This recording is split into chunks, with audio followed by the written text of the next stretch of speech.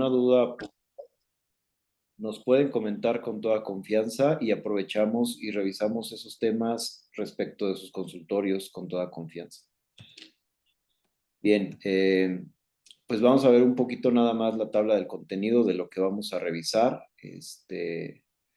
Los temas principales van a ser estos: el marco jurídico que se aplica directamente a los consultorios dentales, el tema del aviso de funcionamiento y responsable sanitario, la infraestructura y equipamiento, la gestión del RPBI, el tema del expediente clínico, que es muy importante, y la documentación obligatoria que debe tener, la publicidad en los servicios odontológicos, que también está regulada, y las buenas prácticas y recomendaciones para superar una visita sanitaria sin observaciones.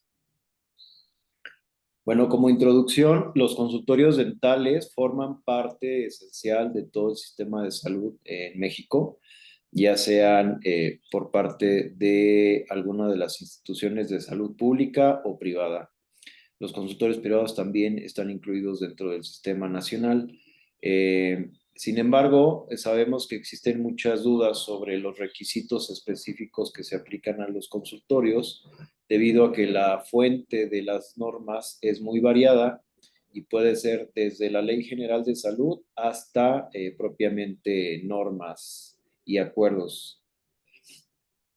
El objetivo del webinar es el mismo: brindar a los participantes una comprensión clara y práctica sobre los principales puntos que COFEPRIS revisa durante las visitas de verificación a los consultorios dentales, evitando sanciones y cierres preventivos.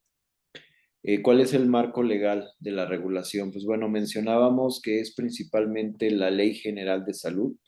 Es el marco jurídico que regula todo el sistema de salud en México, y después podemos ir bajando en el nivel de la jerarquía hasta el reglamento de la Ley General de Salud en materia de prestación de servicios de atención médica. Existen muchas normas que son aplicables, se extraen algunos elementos de unas y de otras. La lista podría ser muy variada. De hecho, si nosotros checamos, por ejemplo, una norma oficial mexicana, vamos a ver que está fundamentada o que contiene elementos de muchas otras, y eso viene al principio de la norma cuando nosotros la vemos, por ejemplo, en la página oficial del Diario Oficial de la Federación. Otra norma, por ejemplo, pues bueno, es la NOM 004, que regula el expediente clínico. Sin embargo, para regular este tema, pues bueno, no solamente está la NOM 04, sino que también hay otra norma para el expediente clínico electrónico, y también hay otra norma, por ejemplo, que es la NOM 013, que también tenemos aquí, que es para la prevención y control de enfermedades bucales. Tenemos, por ejemplo, también a la NOM 05, que sería bueno echarle un ojo de vez en cuando, ya que establece la regulación para los consultorios de atención médica ambulatoria. Atención médica ambulatoria, pues bueno, nos referimos a todos aquellos que atienden pacientes y sin embargo no hace procedimientos quirúrgicos u obstétricos, y por eso se menciona que es de medicina ambulatoria. Entonces aplica para los consultorios dentales. Esta es la norma que nos va a regir en la práctica y que se tiene que consultar. Y bueno, también tenemos otra norma, por ejemplo, la NOM 087. Esta norma nos va a hablar de RPBI. Solamente es por dar un ejemplo de algunas, no las ponemos todas para no saturar de información la presentación y la asesoría. Sin embargo, pues bueno, sí hay bastantes más fuentes de regulación, ¿sale? Bueno, aquí tenemos un resumen muy sencillo de lo que es la Ley General de Salud y su papel en la regulación de los consultorios dentales en México. Como mencionábamos, pues regula todo el sistema de salud. ¿Y cuáles son Principales funciones, pues bueno, proteger la salud de la población, garantizando condiciones sanitarias adecuadas y velar por establecimientos que cumplan con los requisitos de infraestructura, equipamiento y seguridad establecidos por la autoridad sanitaria. Bueno, entremos de lleno en el tema de aviso de funcionamiento y responsable sanitario. Este es el principal trámite o requisito para la apertura de algún consultorio. El trámite de este elemento o de esta parte o de este requisito es indispensable para los consultorios. Eh, Nos encontramos con que sí existen consultorios que no tienen aviso de funcionamiento ni de responsable sanitario y pues bueno, la recomendación es de que lo tengan inmediatamente y que lo puedan exhibir dentro de las instalaciones de su consultorio, ¿sale? Doctores, ¿ustedes su aviso de funcionamiento lo tendrán a la vista en su consultorio? ¿Qué páginas tienen exhibidas? ¿Lo tienen enmarcado? ¿Lo tienen por ahí archivado?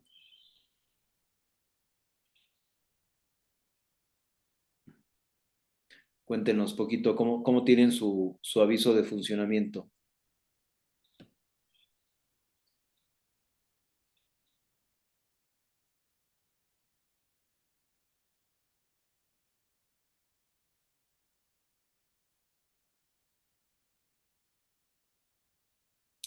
Muy bien, comenta la doctora Beatriz que sí está a la vista en recepción. Y aprovechando, hay un mensaje anterior. Si se llega a presentar, ¿cuánto tiempo tardan? ¿Se refiere, doctora, a la visita? Eh, ¿Cuánto tiempo tardan en hacer la visita? Si esa es la pregunta, sí, la visita nos han reportado que se han llevado aproximadamente hasta 4 horas. Si quieren, entramos un poquito más en ese tema. Como asesoría les comentamos lo siguiente, hay que contemplar que la COFEPRIS es una autoridad administrativa facultada constitucionalmente para hacer estos ejercicios de inspección y de revisión. Es como el SAT, son entidades exactamente iguales en este sentido. Tienen la facultad para poder solicitar ingresar a su establecimiento. Esta visita está regulada. Iremos mencionando estos elementos de que, pues bueno, hay que pedirles previamente que se identifiquen, son derechos y obligaciones que se tienen. Nosotros les podemos proporcionar una guía de cómo atender una visita por parte de la autoridad. Se las podemos enviar totalmente gratuita. Esta guía les va a indicar cómo se puede inclusive verificar que la orden de visita es legítima, que está vigente, simplemente en un link donde se refiere a la página de la COFEPRIS y hay un espacio para hacer esta revisión. Ya una vez que se revisa que esta visita pues, es legal, se les debe dar acceso. En alguna ocasión supimos de un caso donde no se dio acceso porque la persona profesional estaba ocupada, y los visitadores se retiraron y pues manifestaron que no se les dio acceso. Entonces fue un problema para esta persona, pero bueno, ahí está la recomendación. El trato es cordial con ellos, se les da acceso, pero sí se les pide que se identifiquen e inclusive deben tener un código QR en su identificación para poder verificar, ¿no? Que son visitadores de la COFEPRIS. Comenta la doctora Beatriz, si se pide una para saber cómo estoy, si es posible que sea proporcionada solo para conocer mi estatus. Proporcionar la guía, claro, sí se las podemos proporcionar sin ningún problema, se las enviamos directamente en los chats. Si nos pueden escribir por allí, un mensaje al chat de Resolumed donde solicitan la guía de atención y se las mandamos sin problema.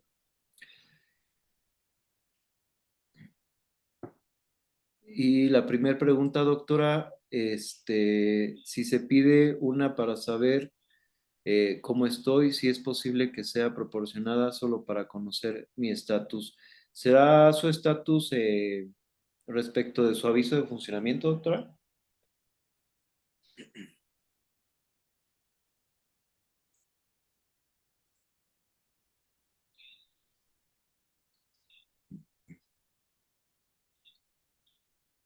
Ah, de cómo está su consultorio. Nosotros hacemos este tipo de revisiones. Es un servicio que ofrecemos si se refiere a esta parte. Y si después de una revisión son aproximadamente 44 puntos a revisar.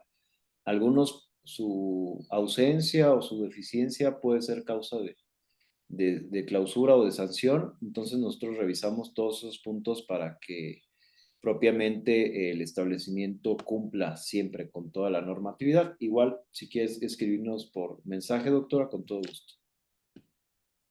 Bueno, vamos a ver un poquito el fundamento del aviso de funcionamiento, nada más para que lo tengan aquí presente. El fundamento es el artículo 200 bis de la Ley General de Salud. En la Ley General de Salud se menciona que deberán dar aviso de funcionamiento los establecimientos que no requieran autorización sanitaria y que mediante acuerdo que determine la Secretaría de Salud. Aquí vamos a hacer una distinción.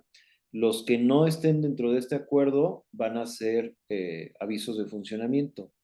Ya un tema de licencias sanitarias, pues se va a aplicar a otro tipo de establecimientos. Como dato, muchas veces se tiene la duda cuando son varios profesionistas, varios odontos que están en un solo consultorio o en un establecimiento como una clínica, se podría tener la creencia de que necesitan tramitar una licencia.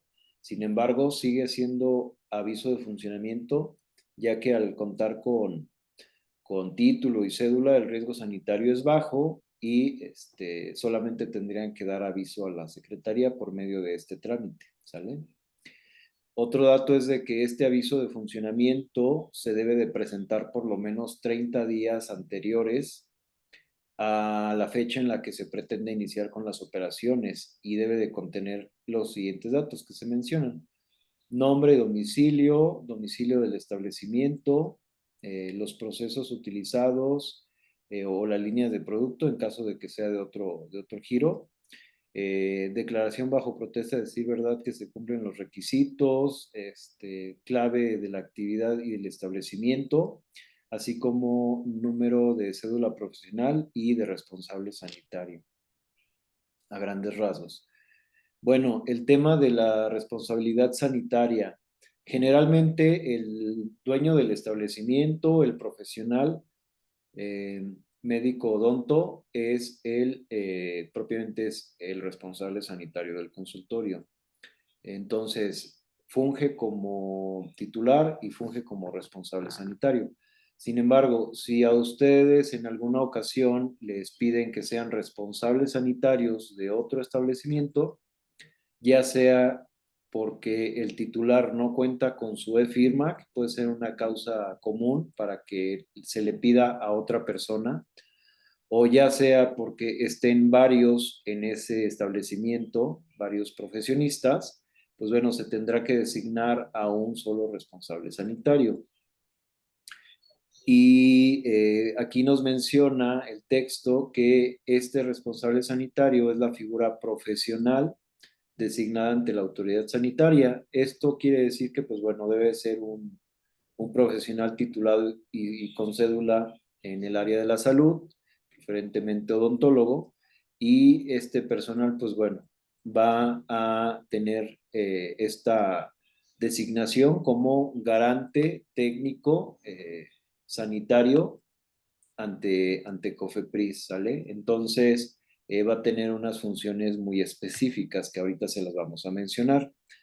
Dentro de ellas, primero es asegurar que el establecimiento opere conforme a la normatividad sanitaria, supervisar los procesos de limpieza, desinfección, esterilización y manejo del RPBI, asegurar la correcta integración, manejo y resguardo de los expedientes clínicos, capacitar y orientar al personal sobre las normas y procedimientos sanitarios, y atender y acompañar a la autoridad sanitaria durante las visitas de verificación.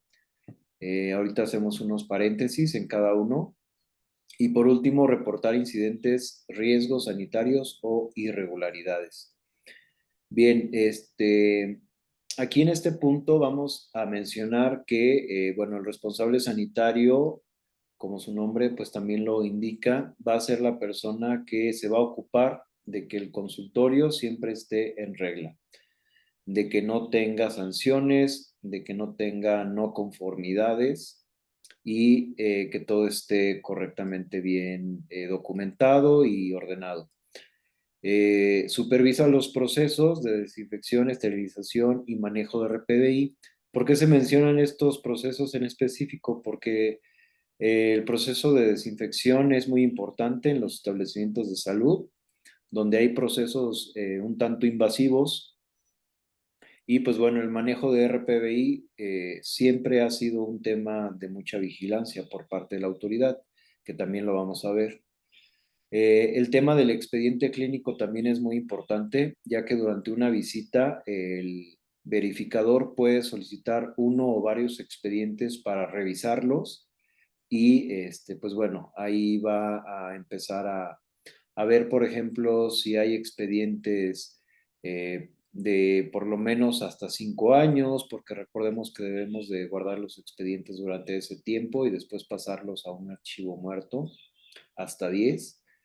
En el tema de capacitar y orientar al personal, también debe de haber capacitación para que se aumente la seguridad del paciente y estas capacitaciones deben de estar documentadas, también lo vamos a ver.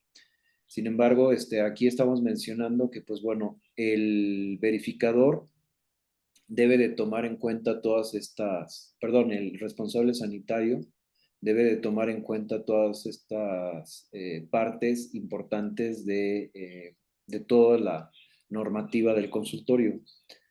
Atender y acompañar a la autoridad sanitaria durante la visita de verificación. Hay algunos casos donde pues no se va a encontrar el responsable sanitario y pues cualquier persona puede recibir la visita. Este, a veces pues hasta, digo, si se va a incurrir en sanciones, hay algún punto donde no se cumpla o varios, pues bueno, a veces resulta benéfico que no esté presente el titular o el dueño del establecimiento, ya que el acta de la visita la va a firmar otra persona que no sea él. No es la idea de que así sea, pero si sucede, pues sería un punto a favor, ¿no? Que podría darse. Pregunta a la doctora Beatriz, ¿deben de estar en archivo muerto o se pueden destruir los expedientes de más de 5 años? La normativa marca que de 0 a 5 pues son vigentes y de 5 a 10 se pueden tener en un archivo muerto. Ya después de este periodo, digo, lo importante siempre van a ser los expedientes vigentes. Si no se tuviera un archivo muerto en otro sitio distinto al área de atención, en otra área del establecimiento por el tamaño, pues tal vez no sea un tema importante, solamente podría decirse que es una recomendación que se hace por parte de la normatividad. Y otra recomendación, doctora, sería que una vez que se destruyan estos expedientes, que se haga un registro y una bitácora de los expedientes que se han destruido. El derecho mexicano se basa mucho en la documental, entonces si nosotros registramos todas estas acciones, vamos a estar dentro de la calidad y la normatividad y más vale tener siempre estos documentos y estos registros de todo lo que se hace, como lo vamos a ver más adelante, para que no se tenga ningún problema. Pero sí, doctora, efectivamente, primero los 5 años, ya después se puede prescindir de los expedientes clínicos, siempre y cuando pues también se tenga este control, ¿no? De los mismos. Muy bien.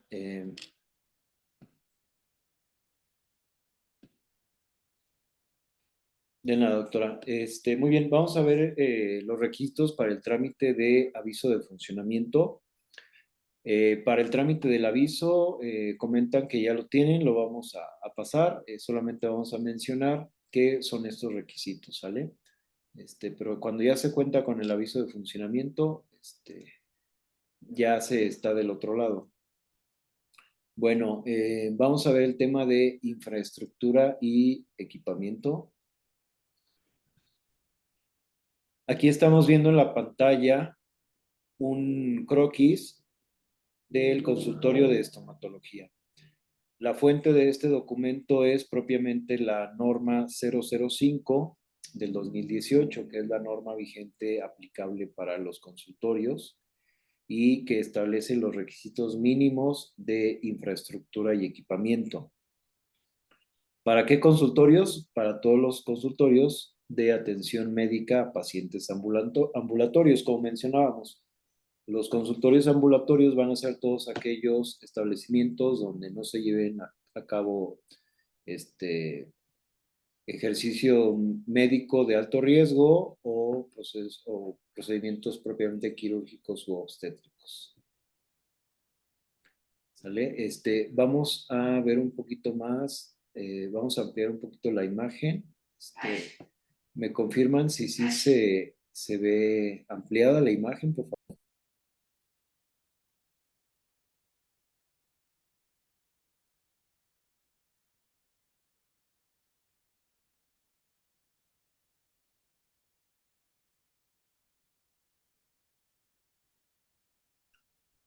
Muy bien, vamos a hacer un repaso así muy breve. Esta imagen aporta mucha información, es importante. Esta imagen se encuentra en el apéndice de la norma, es decir, hasta el final vamos a encontrar esta información. Y pues bueno, esta imagen es enunciativa, más no limitativa, pero sí refiere lo mínimo que se debe de tener. Aquí al centro vemos la unidad dental, vemos el banco giratorio para el profesional, la unidad de agua y la lámpara móvil con charola para instrumentos. Toda esta es la parte de instrumental, de área de trabajo, pero lo que nos hace ver esta imagen es de que no hay símbolos de conexiones eléctricas alrededor. ¿Qué quiere decir? Que las instalaciones eléctricas, hidráulicas y de todos los componentes mecánicos de la unidad deben de ser subterráneos, es decir, no se deben de tener cables ni mangueras que puedan provocar el tropiezo de alguna de las personas que se encuentren dentro del consultorio, ya sea el profesionista o el paciente.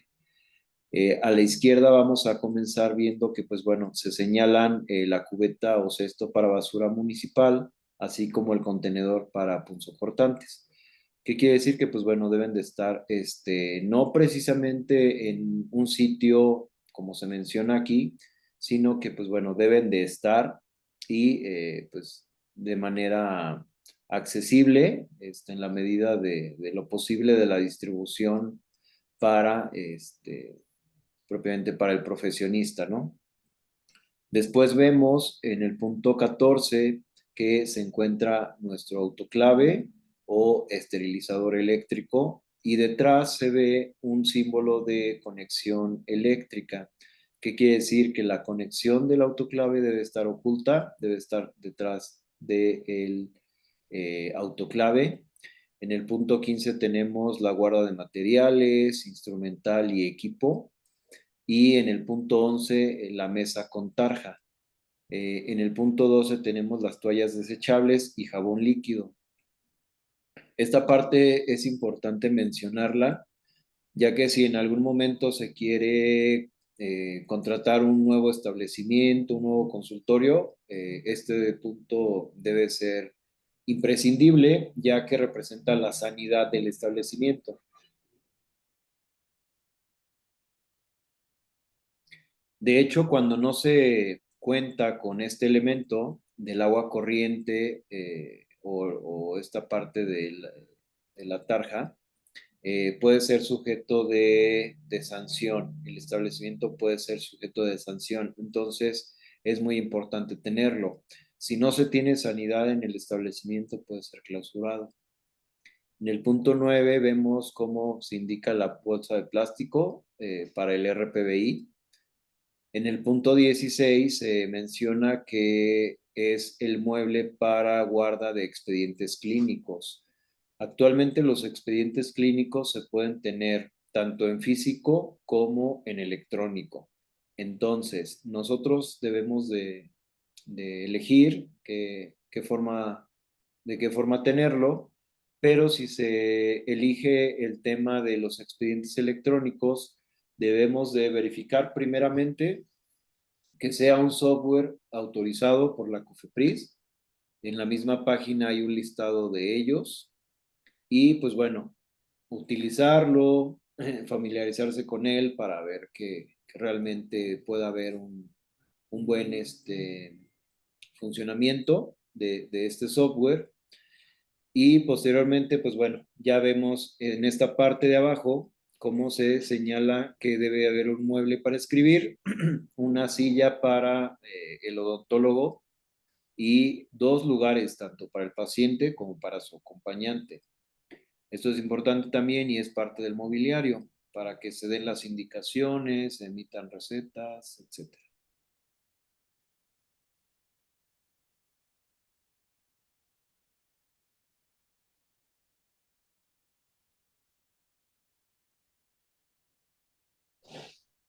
Bien, vamos a pasar al tema de la importancia de las bitácoras. Lo pusimos de este modo, acentuando este tema, porque la importancia de las bitácoras radica en que en ellas se van a tener todos los registros de todos los procedimientos que se lleven a cabo en el establecimiento. ¿Sale? Es muy vital que se tengan, ya que a pesar de ser algo muy sencillo, representan algo importante. Las bitácoras sanitarias son instrumentos documentales fundamentales dentro de un consultorio dental, ya que permiten registrar de manera ordenada, verificable y continua los procesos normativos y técnicos que se llevan a cabo en la operación diaria del establecimiento. Aquí acentuamos verificable, ¿por qué? Porque va a ser el elemento que le va a decir a la autoridad que se están llevando a cabo los procesos. Entonces, tiene bastante relevancia su presencia en los consultorios y muchas veces no se tiene. La información general que deben de tener todas las bitácoras son estos elementos. En primer lugar, pues bueno, el nombre del establecimiento, todo esto debe ser parte de un encabezado, eh, el nombre del titular y su cédula, es decir, el profesional que está ejerciendo en el establecimiento, su dirección completa, su teléfono y correo, así como el nombre del responsable sanitario, ¿sale? Es muy importante que se tenga el responsable sanitario, ya que, pues bueno, es uno de los requerimientos para el llenado de estos documentos. La cédula profesional del mismo y el nombre del personal que labora. Aquí en este punto podemos hacer alguna pequeña anotación. Muchas veces pasa que en los establecimientos se tiene personal médico que está ejerciendo la práctica, que tienen título y cédula, pero muchas veces se tiene también a otros miembros de los equipos que no cuentan con título y cédula, y entonces es importante tener, por ejemplo, un organigrama donde se identifique a este personal que no cuenta con estos elementos para que en el caso de una visita por parte de la autoridad no se considere que es una persona que está ejerciendo sin cédula, ¿sale? En algún consultorio al que visitamos, había 3 personas laborando junto con el dueño del establecimiento, pero una de estas personas simplemente asistía en procesos de modo auxiliar. Entonces, la recomendación con ellos fue de que eh, como la persona porta su uniforme quirúrgico y es parte del equipo, pues se determinara, ¿no? Que no es parte del personal para que, digo, del personal médico para que no ocurriera una situación en la cual, por mala suerte tal vez, solamente se encontrara ella en el establecimiento y al momento de pedirle título y cédula, pues no la tuviera. Entonces, pues bueno, mientras se tenga, como mencionábamos, estos elementos registrados y documentados o en registros, ya se está del otro lado. ¿Alguna pregunta hasta aquí? ¿Algún comentario? ¿Duda o sugerencia? ¿Alguna duda sobre algún proceso dentro de su consultorio, doctores?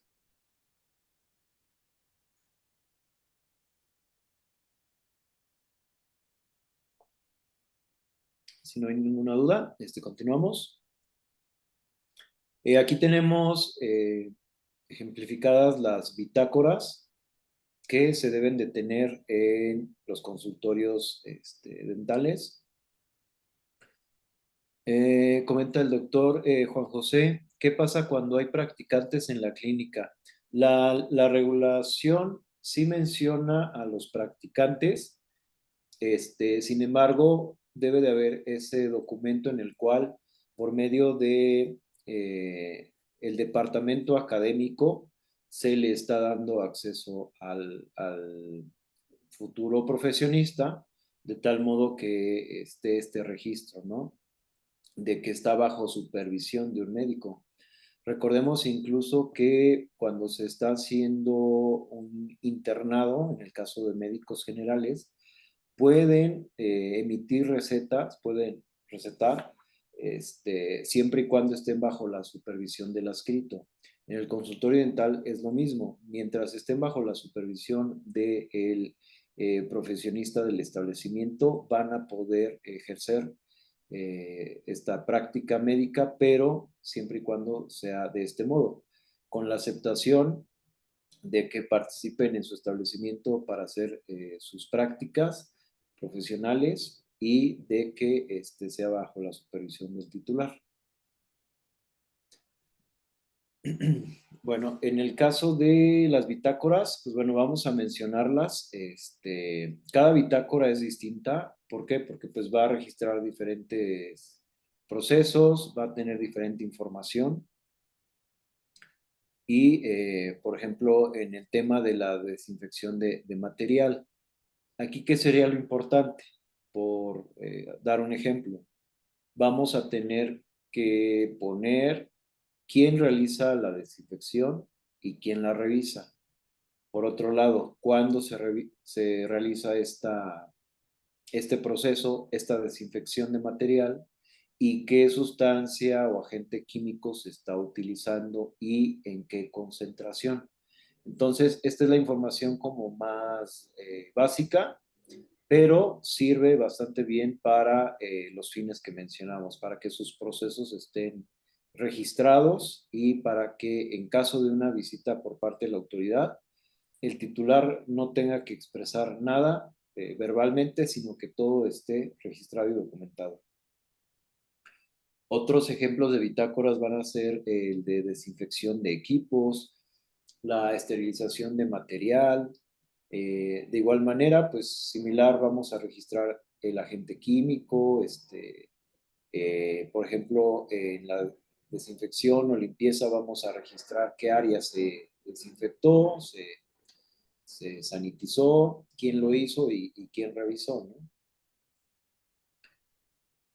Sí, doctora Beatriz, nosotros precisamente nos enfocamos en eso. Si le interesa, hacemos una pequeña sesión con usted, nos cuenta de sus procesos y personalizamos los documentos, las bitácoras o los PNOs que necesiten para los consultorios. Igual, si gusta, Ricardo, o usted le puede escribir en el chat y Ricardo se comunica con usted y cualquier cosa, pues estamos para eso. Las otras bitácoras son mantenimiento de equipos. Todos los equipos de grado médico en un consultorio, en un establecimiento de salud, deben de tener siempre sus bitácoras. Siempre es importante tenerlas, ya que va a registrarse allí que su equipo de autoclave, por ejemplo, está funcionando. ¿Por qué? Porque se le está haciendo un proceso de mantenimiento periódico y sí es un elemento que revisa la COFEPRIS. Todos estos elementos que les mencionamos son puntos que están en un checklist de COFEPRIS y por eso se los hacemos llegar. El control de medicamentos e insumos también es importante. ¿Por qué? Porque se va a llevar un control de las caducidades de los medicamentos. Cuando se tienen medicamentos caducos es un motivo de sanción severa por parte de la autoridad. No puede haber medicamentos caducos y para controlar eso se hace este control en bitácoras donde se anota la fecha de caducidad de los medicamentos, de los anestésicos o de cualquier principio activo que estén utilizando y de este modo se controla bastante esta parte. Entonces, por un lado, se previene al momento de tener la visita y por otro lado, se evita caer en el supuesto, ¿no? De tener los medicamentos vencidos.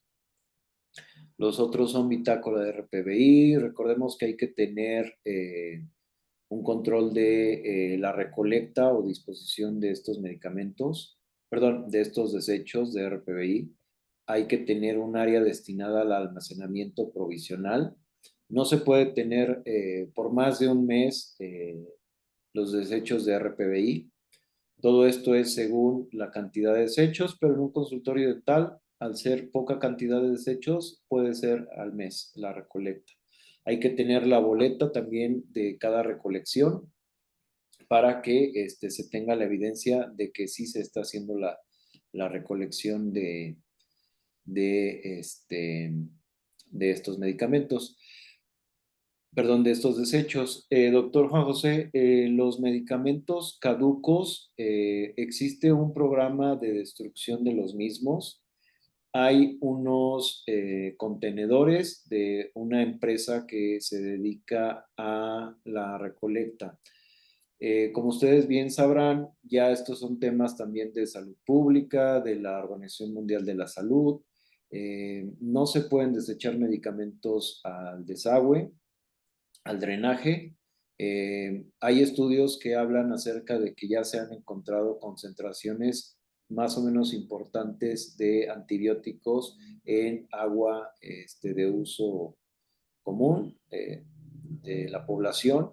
Y pues bueno, como ustedes sabrán, esto puede ser una causa de una presencia de resistencia a los antimicrobianos, inclusive medicamentos de tipo hormonal también se han encontrado de uso endocrino, también se han encontrado concentraciones en agua que ya ha sido purificada para el uso humano. Entonces, estos temas del desecho de los medicamentos sí se está teniendo más control. Y pues bueno, estos contenedores de 100 gramos, me parece que se llama la empresa, deben de estar en farmacias del ahorro y en farmacias, en algunas otras. Si gusta, le investigo dónde, si nos puede comentar dónde se encuentra usted y le investigamos dónde se encuentra el, el centro de recolección de medicamentos caducos más cercano a su establecimiento. Bitácora de testigos biológicos, también es importante tener cápsulas con esporas para garantizar la destrucción de estos elementos en los autoclaves. ¿Alguno de ustedes, doctores, ya tienen estos procesos de testigos biológicos? ¿Ya lo están usando? Eh, Más o menos cuál usan o si usan algún testigo químico para ver la funcionalidad correcta de su autoclave. Este es un tema que también se está revisando por parte de la autoridad. La norma dice que se debe de hacer cada semana, cada semana se debe de hacer. En el caso, doctora, de las tiras testigo, hay diferentes niveles en los testigos del autoclave. Los más avanzados inclusive ya usan fluorescencia, pero son carísimos, son incosteables, pero las tiras testigos son de primer nivel. ¿Qué quiere decir? Que cuando se lleva a cabo el proceso de esterilización, cierta temperatura hace cambiar la cinta testigo, pero este solamente es un nivel muy bajito, doctora. Entonces, sería bueno que implementaras un poquito el nivel del testigo a un testigo biológico, como es el caso de las cápsulas de esporas, para garantizar que ningún microorganismo va a sobrevivir al proceso de esterilización. A grandes rasgos, si gustas te comento, las cápsulas de esporas se pasan al proceso de esterilizado, el tiempo, la temperatura y a la presión indicadas. Esto también habría que tenerlo en un manual de procedimientos para que esté estandarizado el proceso y se va a pasar después de este ciclo de esterilizado la cápsula a una incubadora. En la incubadora se va a dejar un tiempo según la marca lo indique, perdón, y después de este tiempo, si hay crecimiento este, microbiano dentro de la cápsula, va a haber un viraje de color, entonces se va a determinar si está funcionando realmente al nivel adecuado el proceso esterilizado o no. Y una vez que se lleva a cabo este proceso, se registra en una bitácora también para que quede registrado el proceso. Bueno, en el tema de las demás bitácoras sería, por ejemplo, fumigación, serían extintores, la cloración del agua. También hay que tener un registro, pues la norma lo marca diario, el proceso de la medición de la cloración residual del agua corriente. Si no llevan a cabo este proceso, también les podemos indicar cómo es, hablarles de los productos que se utilizan para hacer este proceso. No sé si lo estén llevando a cabo, el proceso de la medición de cloración del agua. Lo pregunto porque hay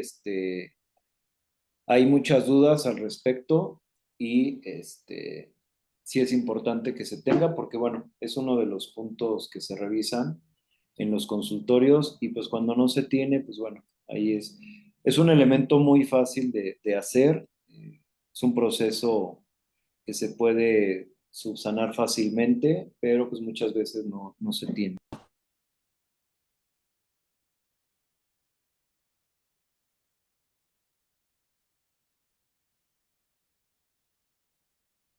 Comenta,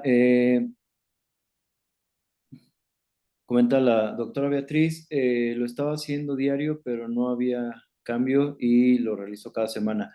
Sí, doctora, es lo que sucede muchas veces. Los valores se estandarizan y, bueno, al final de cuentas, lo importante siempre es que se tenga y que no se deje de hacer para que tenga sus registros. La cloración del agua es adicional al agua potable. La cloración del agua en sí pues es responsable es una responsabilidad ya sea de la persona que tiene el establecimiento como tal o de la persona que renta, ¿no? El lugar. En esta parte, con el tema de la cloración del agua, se puede gestionar directamente con el dueño del establecimiento o se puede llevar a cabo el proceso directamente en tinaco y cisterna, pero aquí lo importante es de que usted doctor Juan José, haga la medición propiamente de su, en la llave de su consultorio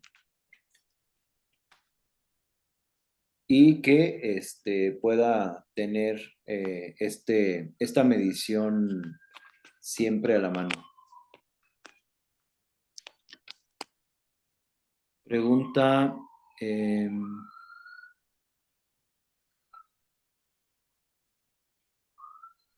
sí, aunque lo tenga en este caso, el registro semanal, doctora, está bien.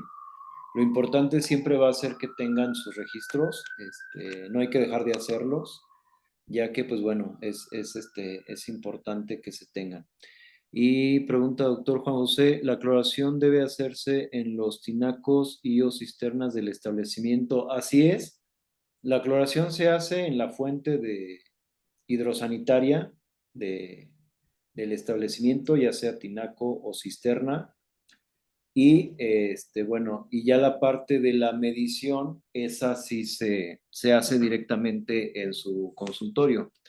De hecho, usted va a registrar, una vez que haga este proceso, va a registrar de dónde se tomó la medición, si se hizo directamente de la toma de agua corriente de su lavamanos o si se hizo, por ejemplo, de alguna tarja o del sanitario.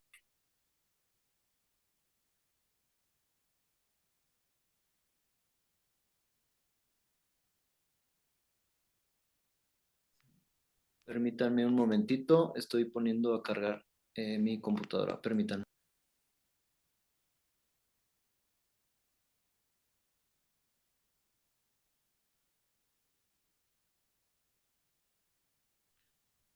Listo, vamos a pasar al tema siguiente. ¿Hay alguna duda? ¿Algún comentario, doctores?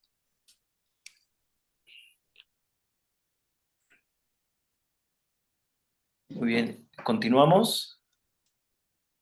Vamos a dar un ejemplo de cómo se deben de hacer estas bitácoras. Nada más vamos a mencionar algunas. Por ejemplo, aquí tenemos la bitácora de limpieza y desinfección. Como mencionábamos, hay elementos que se deben de poner en una bitácora y pues bueno, todas van a ser distintas. Hay otros elementos que van a estar importantemente bien registradas. En otra, por ejemplo, aquí en esta bitácora de limpieza y desinfección es muy importante tener el producto utilizado, su registro y su concentración para que se pueda constatar que el proceso pues, es eficiente, ¿no? En el caso de la bitácora de esterilización, vamos a registrar, por ejemplo, cada ciclo del autoclave, la fecha en la cual se lleva a cabo, los parámetros o factores que están implícitos dentro de una esterilización eficiente, como va a ser la temperatura alcanzada, la presión, el tiempo y la carga. A su vez también, pues debe de estar firmada la bitácora por el operador, que es la persona que está realizando el proceso, y también por el responsable sanitario o quien revisa. Es decir, si hay un titular en el establecimiento y hay otros profesionistas que están apoyando, tal vez uno de ellos va a ser quien lleve a cabo el proceso de esterilizado, pero quien va a firmar como visto bueno o quien revisa, pues va a ser propiamente el titular del consultorio.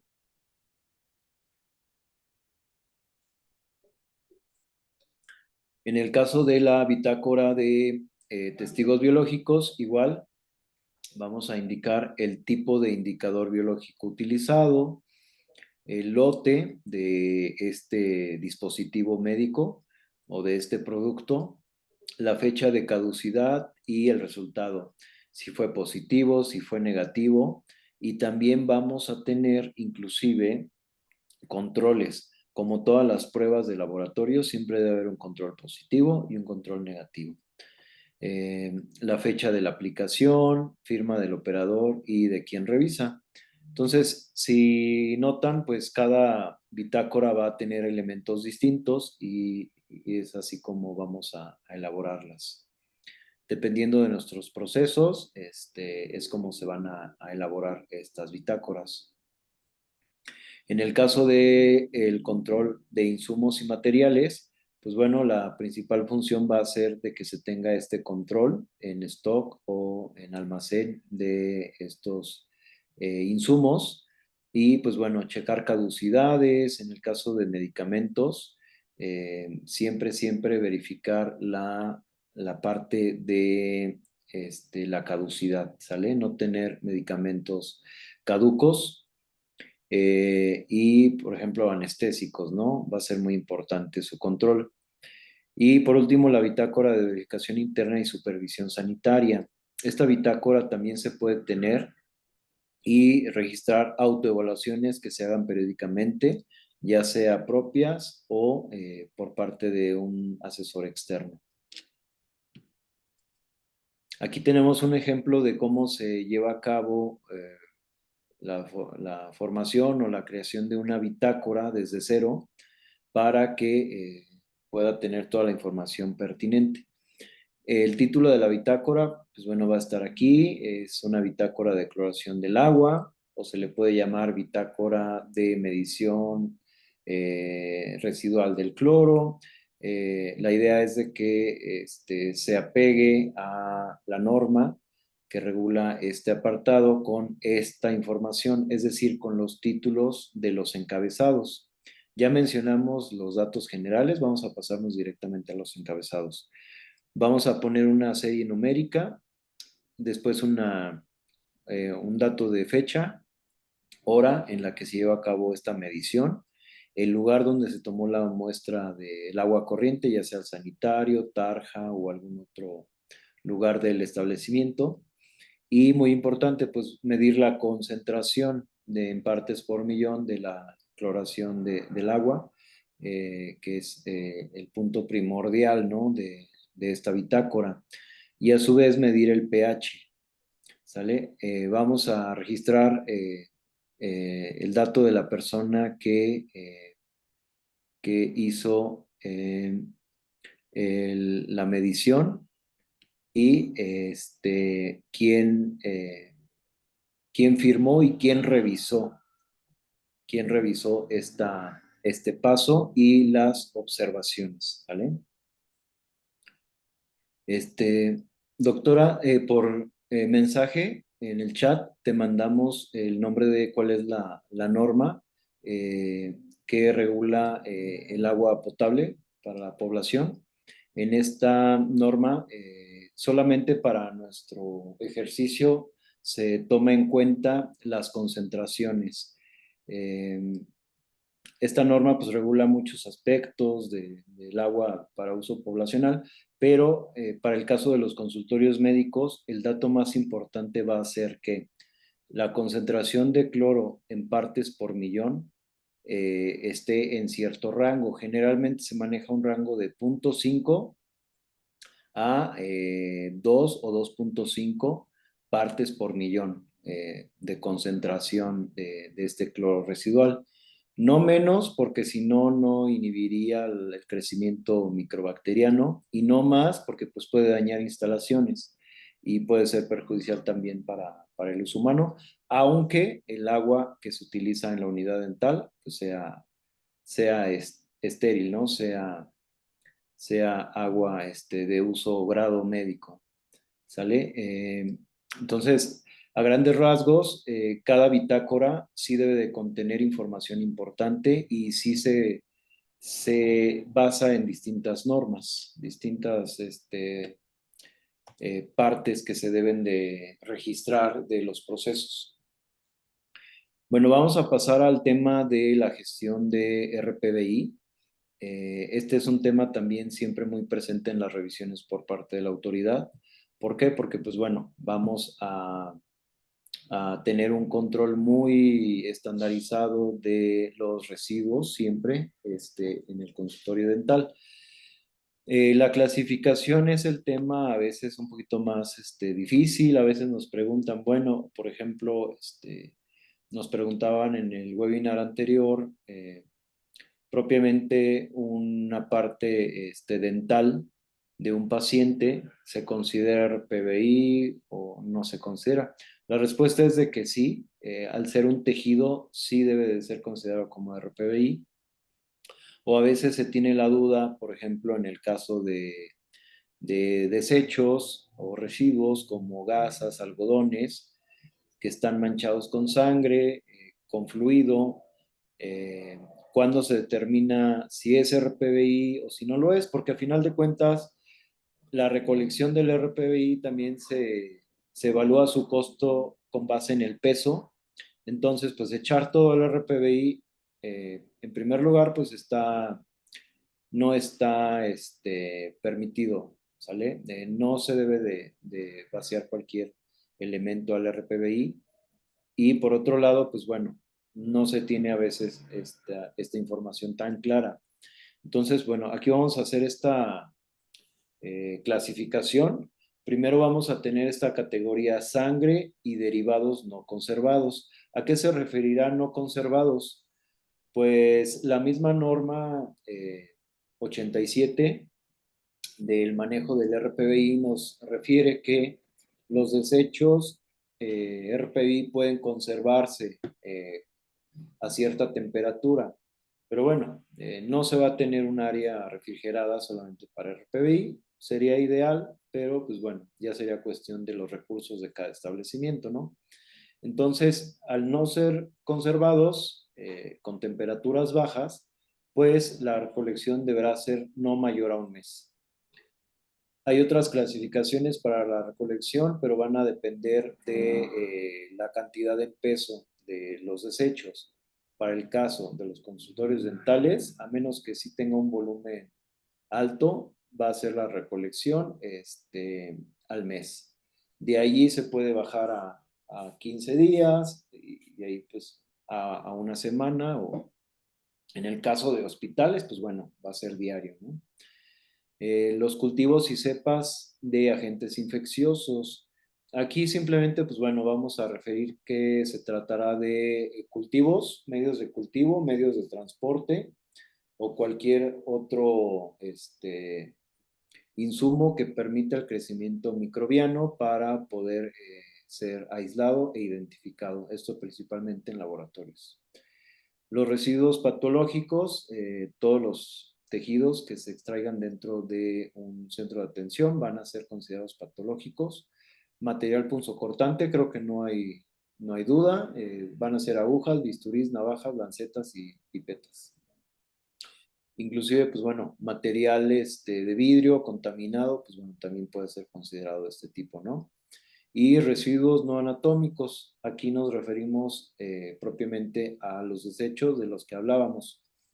Hay un criterio para diferenciar cuando la basura municipal lo es como tal y cuando es RPBI. El criterio es muy claro.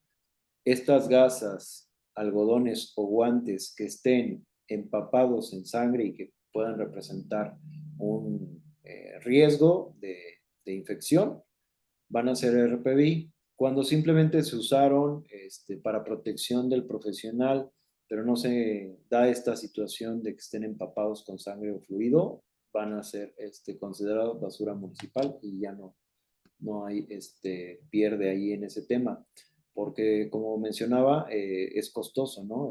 La recolección de RPBI depende del peso. Eh, la clasificación de los contenedores. Todos estos residuos que están en el cuadro superior izquierdo, en el primero, avanzando de izquierda a derecha, pues bueno, va a ser sangre, lo que comentábamos de los cultivos y cepas. Aquí vemos un matraz Erlenmeyer con algún tipo de caldo de cultivo, unos tubos con algún agar para una siembra, una caja de Petri. Abajo tenemos residuos no anatómicos, pero pues bueno, aquí se señala, ¿no? Que están empapados en sangre. De hecho, tenemos una pipeta con alguna gotita de sangre Y pues bueno, estos sí van a ser considerados RPBI. Si son sólidos, van a la bolsa de polietilenos, si son líquidos, van al contenedor rígido propiamente. En el caso de patológicos, vamos a tener sólidos y líquidos y el mismo criterio, los sólidos a la bolsa y los líquidos al contenedor hermético. Y en el caso de punzocortantes, igual, no hay pierde, siempre, siempre, siempre se van a ir a un contenedor rígido. Okay. Bueno, nada más para hacer algunas otras anotaciones en el tema de RPBI. Parte de la señalética que se debe de tener en el consultorio con estos símbolos y con la leyenda RPBI formando una flecha, van a estar siempre a la vista y van a indicar la ruta de evacuación, bueno, no la ruta de evacuación, sino la ruta de la recolección de RPBI. ¿Qué quiere decir? Que la persona de la recolección no siempre va a ser la misma, no va a conocer el establecimiento y, pues bueno, para que no esté transportando un bote con estos residuos punzocortantes o algún patológico y pues esté perdido buscando la salida, pues bueno, debe de haber esta señalética, ¿no? Es la función principal de la señalética de la ruta de la recolección del RPBI. A grandes rasgos, el proceso es identificar primero los desechos RPBI, clasificarlos y depositarlos en su contenedor indicado, como está en la imagen, almacenarlos temporalmente en el tiempo en el que vaya a hacer, hacerse la recolección y que este tiempo, recordemos, no debe ser mayor de un mes. Y pues bueno, ya propiamente pues la disposición y la destrucción por parte de la empresa. ¿Qué debemos de tener si nos visita la COFEPRIS respecto de RPBI? Las bolsas, los contenedores, la señalética de la ruta del retiro o la recolección, el contrato con la empresa recolectora, siempre hay que tenerlo en el consultorio, en la carpeta de documentos, y muy importante, la boleta de recolección, no mayor a un mes. ¿Sale? Entonces, a grandes rasgos, esa es la parte que se debe de cumplir con respecto del RPBI. Hasta aquí, doctores, ¿alguna duda, algún comentario respecto a lo visto?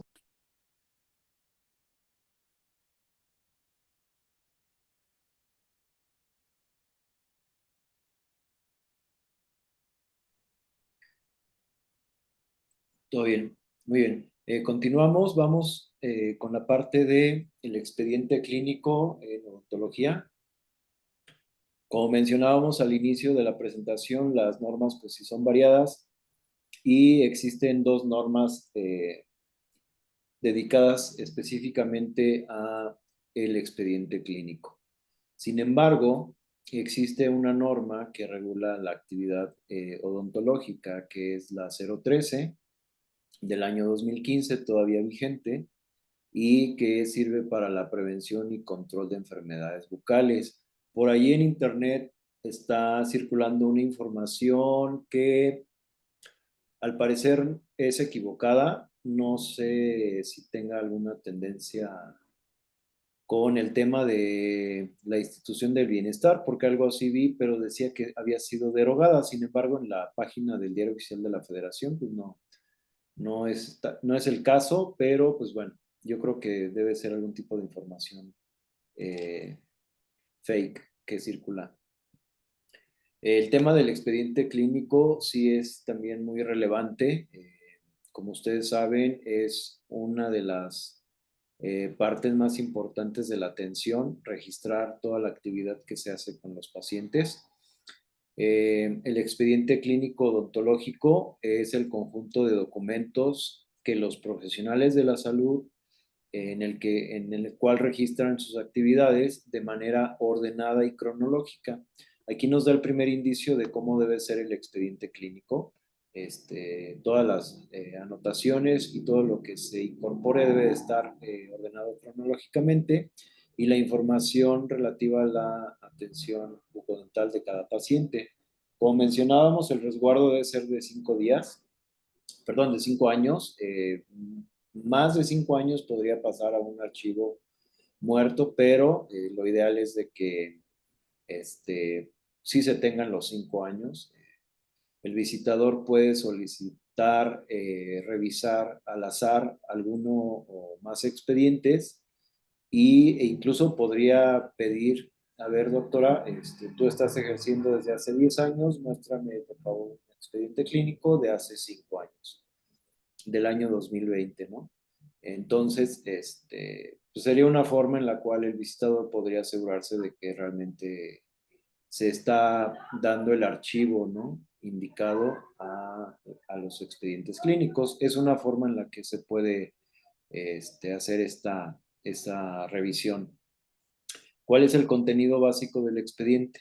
Según la norma, se debe de contener con los datos generales del paciente: nombre, edad, sexo, domicilio, ocupación, antecedentes médicos relevantes.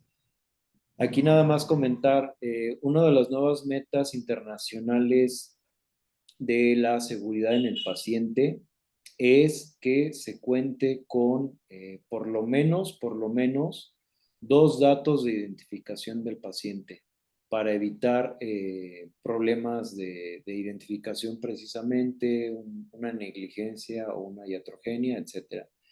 Entonces, todo esto ya está demasiado normado, hay que cumplirlo y en la medida en la que se tenga un buen expediente clínico también se va a asegurar que la práctica médica sea segura y esto protege mucho al profesional.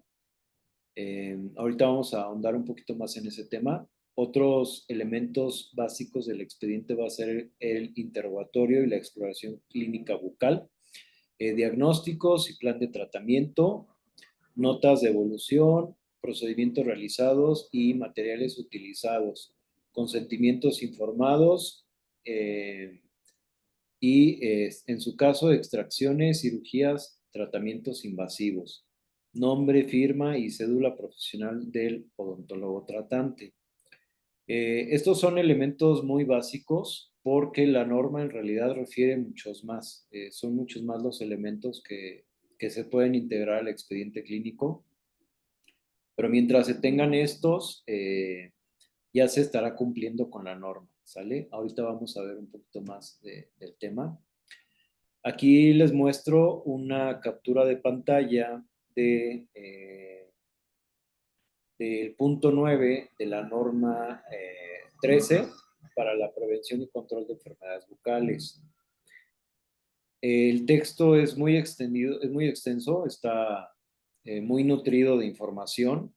Sin embargo, se los dejamos para que lo puedan revisar. Más adelante, si tienen alguna duda, puedan evocarse a la norma y vean todos los elementos que se pueden integrar en el expediente y que siempre van a ser en beneficio tanto del paciente como del profesional para su seguridad. Doctores, ¿alguno de ustedes de casualidad lleva expediente clínico electrónico o lo llevan en físico?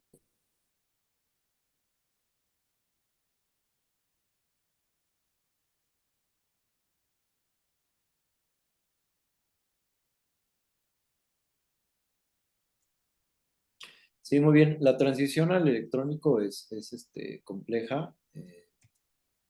No debe ser fácil adaptar todo al electrónico y pues bueno, yo creo que va a seguir por mucho tiempo la práctica con el expediente en físico, donde el mismo médico en ese momento haga las anotaciones y pues lleve todo este control, ¿verdad? Miren, en esta parte del consentimiento informado, es importante mencionarla también para la protección el profesional. La firma del consentimiento informado es un elemento esencial que protege legal y éticamente al profesional de la salud. Aquí voy a hacer énfasis en la parte legal. El consentimiento informado es propiamente un documento regulado, legal, un poco estandarizado, en el cual siempre, siempre se debe de tener. No sabemos en qué momento algún paciente pueda tener alguna complicación. Eh, Comenta la doctora Beatriz que no era bueno en electrónico. Sí, exactamente. Yo creo que es una transición al electrónico y debe ser difícil su manejo, ¿verdad? Con tantos elementos que se deben de integrar, pues sí, debe ser complicado. Y en el tema del consentimiento, pues bueno, también que se plasme la firma en físico, aunque existe software que valida o que le da validez jurídica a un documento electrónico, pues debe ser muy complicado, ¿no? Lo mejor es la rúbrica en físico y, pues bueno, en el caso del consentimiento informado también así lo es. Se demuestra con este documento que el paciente recibió información clara sobre el diagnóstico, los riesgos, beneficios y alternativas del procedimiento antes de utilizarlo. Este, Aquí hay una parte importante que resaltar. Muchas veces las visitas por parte de la autoridad fueron por algún paciente no conforme y muchas veces esta situación se da porque no hubo un apego al tratamiento o porque no se cumplieron las expectativas del paciente. Pero mientras esté regulado el tema de la actividad del ejercicio del profesionista en estos documentos, no debe de haber ningún problema. Este documento respalda la transparencia y la autonomía del paciente y al mismo tiempo resguarda al profesional ante posibles reclamaciones, al evidenciar que actuó conforme a la normatividad, la buena práctica médica y el principio de respeto a la voluntad informada del paciente. Aquí tenemos un extracto también de la norma de un modelo de consentimiento informado. Nosotros podemos adaptar consentimientos informados más nutridos, más amplios, pero este es un modelo que viene en la norma y que nos da luz sobre lo básico que debe de contener. Entonces se pueden hacer otros más personalizados, pero con base en este.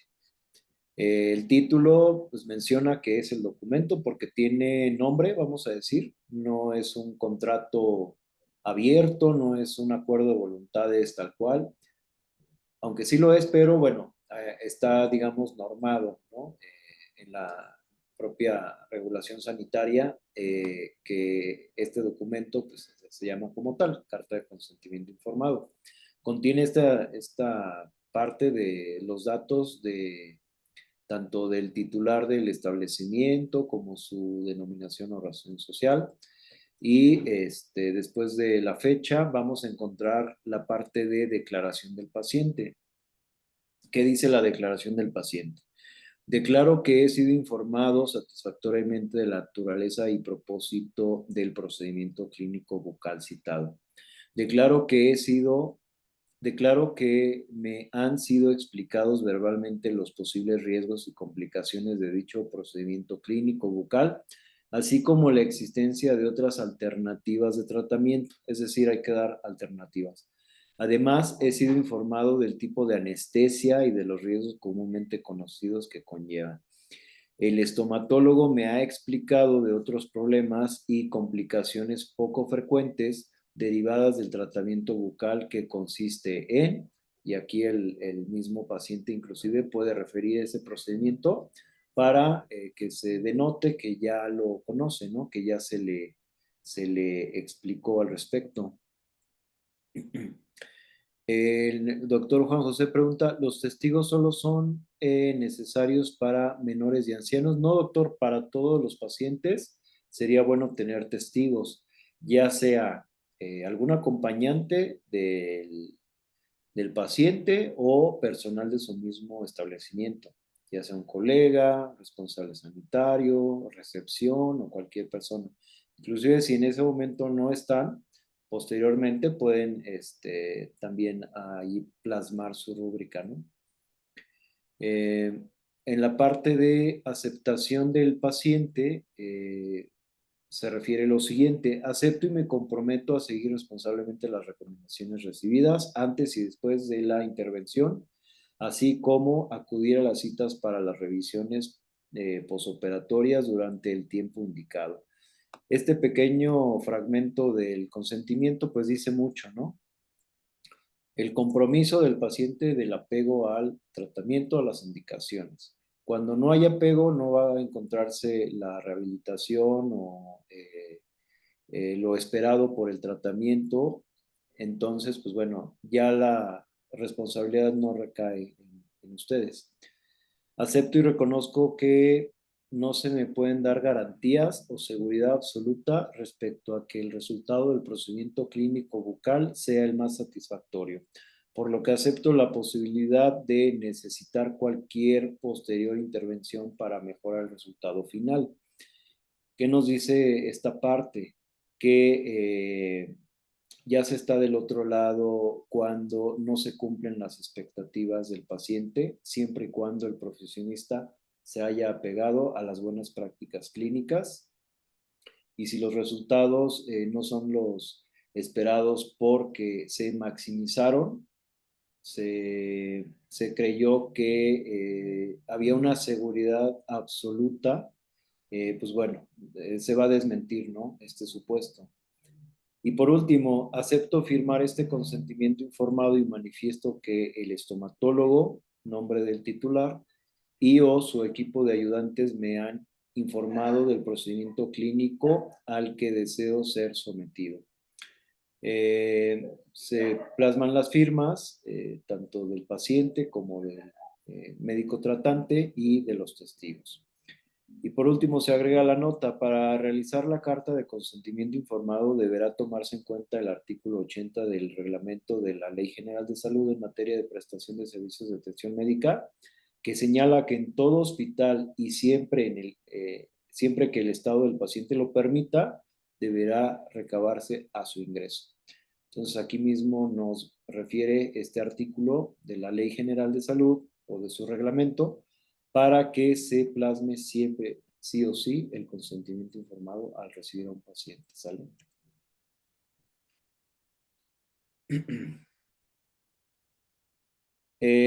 Los testigos, el modelo refiere dos, doctor, en la medida de la prudencia o de las posibilidades, tener la firma de los dos.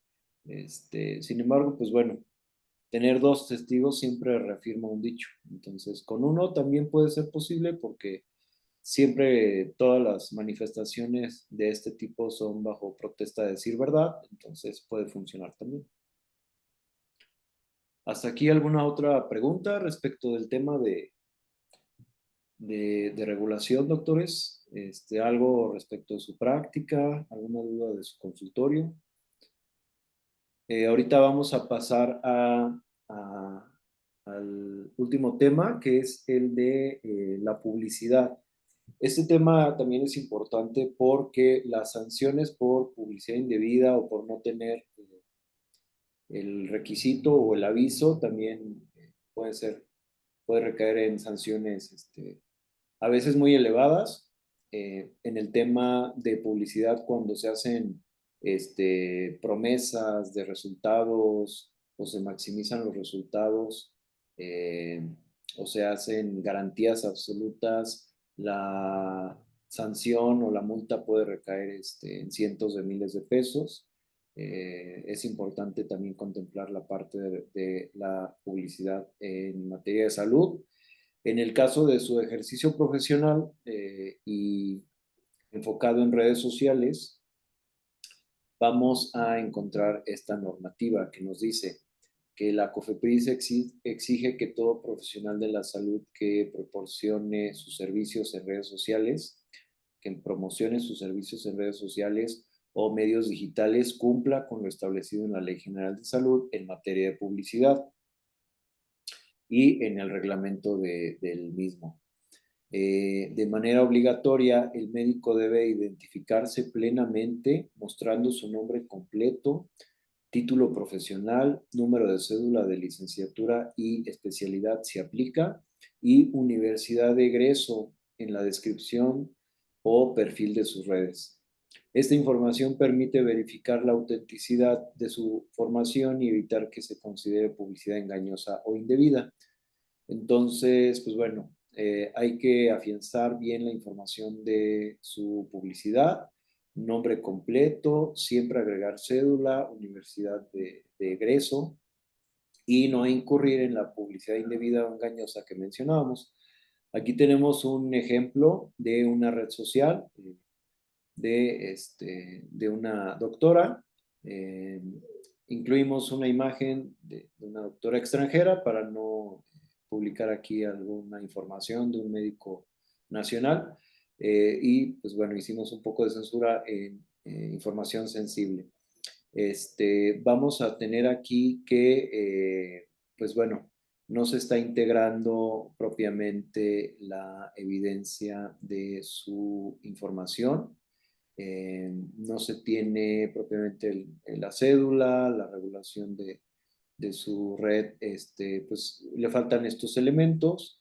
Y pues bueno, lo que ustedes podrían hacer si hacen publicidad en redes es de que siempre incluyan esta información, ¿no? Tanto nombre completo, cédula y la universidad de egreso. ¿Sale? Entonces sí es importante que se agregue en los perfiles y ya una vez hecho esto, pues bueno, se puede hacer un sometimiento de un estudio de publicidad para que sea autorizado por la COFEPRIS y que se pueda hacer libremente la promoción de sus servicios.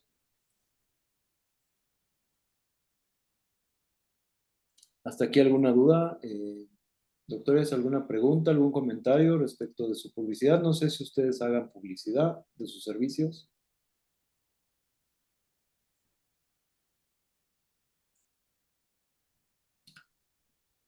Muy bien, doctores. Pues bueno, acabamos un poquito temprano.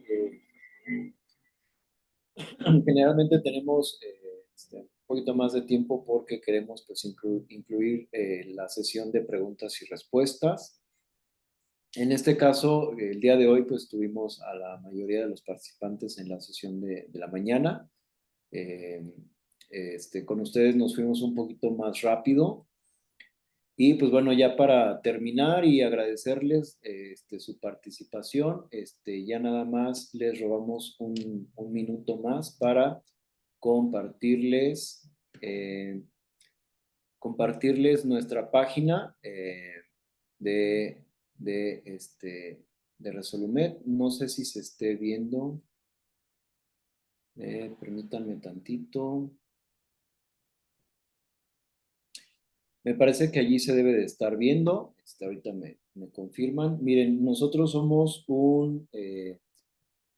un grupo regulatorio, somos una consultoría especializada en regulación sanitaria. Tenemos muchos productos y servicios para ofrecer a los profesionales de la salud, como son alta de establecimientos, gestión de trámites, gestión de permisos de publicidad, asesoría legal, hacemos revisiones de consultorios para ver que se cumplan, elaboramos parte documental, hacemos capacitación para dispensadores en farmacias, cursos de CICAT, revisamos farmacias hospitalarias, etcétera. Entonces, pues bueno, ya nada más agradecerles su participación y pues quedar a sus órdenes para cualquier duda o aclaración. Podemos estar al pendiente con esa parte, ¿sale? Si no hay más preguntas, pues les agradezco mucho su participación en nombre de Resolumet y que tengan buen fin de semana, doctores. Estamos en contacto, cualquier cosa. Muchas gracias, hasta luego. Hasta luego, doctora.